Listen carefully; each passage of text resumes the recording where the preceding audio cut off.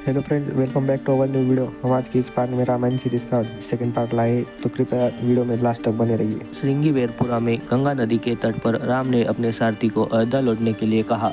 उन्होंने वनवास की पहली रात निषाद के राजा गुरुह के साथ बिताई, जिनकी मदद से प्रसिद्ध यात्रियों ने कल शक्तिशाली गंगा को पार किया। फिर उन्होंने राज्यों को पार किया, कई जंगलों से होकर गुजरे और कई घाटों, झरनों और शक्तिशाली नदियों को पार किया और अंत में ऋषि भारद्वाज की सलाह पर चित्रकूट पर्वत पर आए और अपने लिए दोमट पत्तियों से एक झोपड़ी बनाई। यहाँ प्रकृति के बीच वे देवताओं और गंधर्वों के समान आनंद और खुशी में रहते थे। दशरथ अपने प्यारे बेटे से अलग होने की पीड़ा को सहन करने में असमर्थ थे और उनकी दुख में मृत्यु हो गई। दरबार के पुजारी वशिष्ठ, जिन्होंने तब अन्य ब्राह्मणों के साथ मिलकर भरत को राजा बनाने के लिए प्रार्थना की, भरत को, जो उस समय अपने मामा युधाजित के साथ थे, अयोध्या वापस बुला लिया।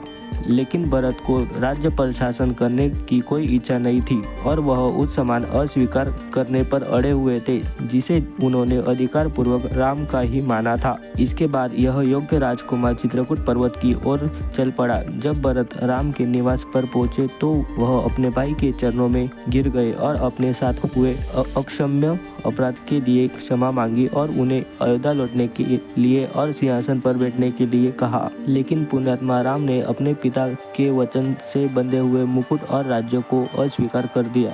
इसके बजाय उन्होंने भरत से अपने पिता द्वारा अपनी मां को दिए गए वचन को निभाने का आग्रह किया, लेकिन अपने संकल्प पर दृढ़ रहे। उन्होंने अपनी संप्रभुता के लिए राम की पादुकाएं मांगी और राम के नाम पर शासन करने के लिए अयोध्या लौट आए। जो कुछ वह करना चाहते थे उसे हासिल न कर पाने से निराश भरत ने फिर अपने नेक भाई के पैर छुए और उनकी इच्छाओं को स्वीकार किया। केवल राम के अयोध्या में प्रवेश करने की शपथ लेते हुए उन्होंने राम की पादुकाएं नंदीग्राम में सिंहासन पर रख दी, जहां से उन्होंने अपने धर्मी और दृढ़ भाई के नाम पर शासन किया और उत्साहपूर्वक उनकी वापसी की प्रतीक्षा की, इस डर से कि अब भी अयोध्या के लोग चित्रकूट में उनके पास आएंगे। राम ने दंडक वन में जाने का फैसला किया, जो राक्षसों से पीड़ित था। दंडक वन में प्रवेश करने पर राम का पहला कार्य राक्षस विराध का वध करना था। इसके बाद उन्होंने सर्वंग, सुतीक्ष्ण और अगस्त्य ऋषियों से मुलाकात की। अगस्त्य से भगवान इंद्र का शक्तिशाली धनुष, 2 तरकश जो कभी न खत्म होने वाली संख्या में तीर दे सकते थे, और एक सुंदर तलवार प्राप्त करने पर राम को अत्यधिक खुशी हुई। जैसे ही राम दंडकारण्य की सुंदर और प्रचुर प्रकृति के बीच बस गए, ऋषि मुनि उनके पास अनुरोध लेकर पहुंचे। उन्होंने राक्षसों के हाथों अपना उत्पीड़न खत्म करने के लिए राम से विनती की। उसने उन्हें इन बुरी ताकतों की पीड़ादायक उपस्थिति से छुटकारा दिलाने का वचन दिया। राम और लक्ष्मण ने सबसे पहले राक्षस स्त्री शूर्पणखा, जो कि रावण की बहन थी, को विकृत किया, जो जनस्थान में रहती थी और जिसके पास इच्छानुसार अपना रूप और आकार बदलने की शक्ति थी। अपने साथ हुए इस अपमान से क्रोधित होकर शूर्पणखा ने खर, दूषण और राक्षसों को मना लिया। त्रिशिरा अपने राक्षसों की भीड़ के साथ राम के खिलाफ मार्च करने के लिए, लेकिन राम ने उन सभी का विनाश कर दिया और जनस्थान को 14,000 राक्षसों से मुक्त कर दिया। राक्षसों के वध की बात सुनकर रावण क्रोध से जल उठा और उनकी मृत्यु का बदला लेने पर उतारू हो गया। उन्होंने राक्षस मारीच की सहायता मांगी, जिसने रावण को उसके हृदय को पूरा करने से रोकने की पूरी कोशिश की, यह कहते हुए कि शक्तिशाली राम को चुनौती देना उसके लिए दुर्भाग्य के अलावा कुछ नहीं होगा। लेकिन अपने भाग्य और क्रोध से आहत रावण ने न तो मरीच की चेतावनी पर ध्यान दिया और न ही उसकी सलाह पर। इसलिए जादू, मंत्र और भ्रम के स्वामी मारीच रावण के साथ राम के आश्रम में गए। मारीच की कला की मदद से उन्होंने दोनों राजसी भाइयों को अपने निवास से दूर ले जाने का लालच दिया। फिर उन्होंने बाजों के राजा जटायु को मार डाला और सीता को उठा ले गए। मरते हुए जटायु से जब राम को अपनी पत्नी के अपहरण के बारे में पता चला तो वे बहुत दुखी हुए और जोर जोर से विलाप करने लगे।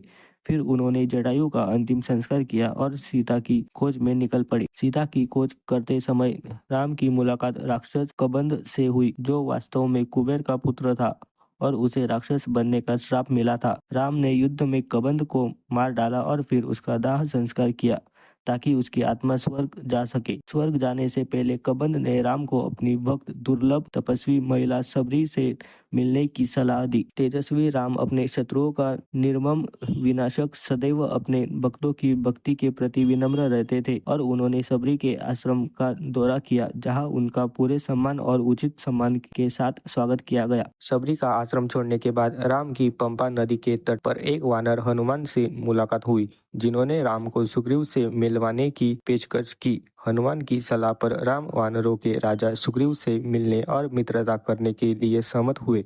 राम ने उन्हें और हनुमान को अपनी कहानी और अपनी प्रिय पत्नी सीता के अपहरण के बारे में बताया। अग्नि के देवता की उपस्थिति में सुग्रीव ने राम के साथ मित्रता का समझौता किया और उन्हें अपने बड़े भाई वनारस के शक्तिशाली राजा बाली के साथ अपने झगड़े की कहानी बताई। राम ने बाली को मारने की प्रतिज्ञा की, लेकिन सुग्रीव बाली को मारने के लिए राम की शक्ति से आश्वस्त नहीं थे और उन्होंने राम को बाली की शक्ति और शक्ति का वर्णन किया। राम की शक्ति का परीक्षण करने के लिए उन्होंने दुंदुभी के कंकाल अवशेषों के विशाल ढेर की ओर इशारा किया। राम मुस्कुराए और अपने बड़े पैर के अंगूठे से अवशेषों को 10 योजन दूर फेंक दिया। फिर उसने एक तीर छोड़ा जो 7 साला पेड़ों को भेद गया, एक पहाड़ी को तोड़ दिया, यहाँ तक कि पाताल लोक रसातल में भी प्रवेश कर गया और बिना किसी नुकसान के अपने तरकश में लौट आया। अब राम की शक्ति के प्रति आश्वस्त और आश्वस्त सुग्रीव उन्हें किष्किंधा शहर में ले गए, जो एक बड़ी गुफा में थी।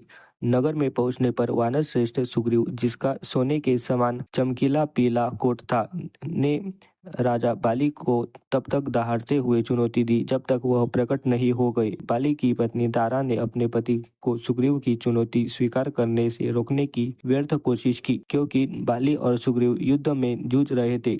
राम ने अपना तीर चलाया और बाली को मार डाला। इस प्रकार उन्होंने सुग्रीव से किया हुआ वादा पूर्ण किया। आशा है कि आपको आज का ये वीडियो अच्छा लगा होगा। अगर आपको सनातन धर्म के बारे में और भी जानकारी चाहिए तो प्लीज़ कृपया हमारे चैनल को फॉलो करें और सब्सक्राइब करना ना भूलें।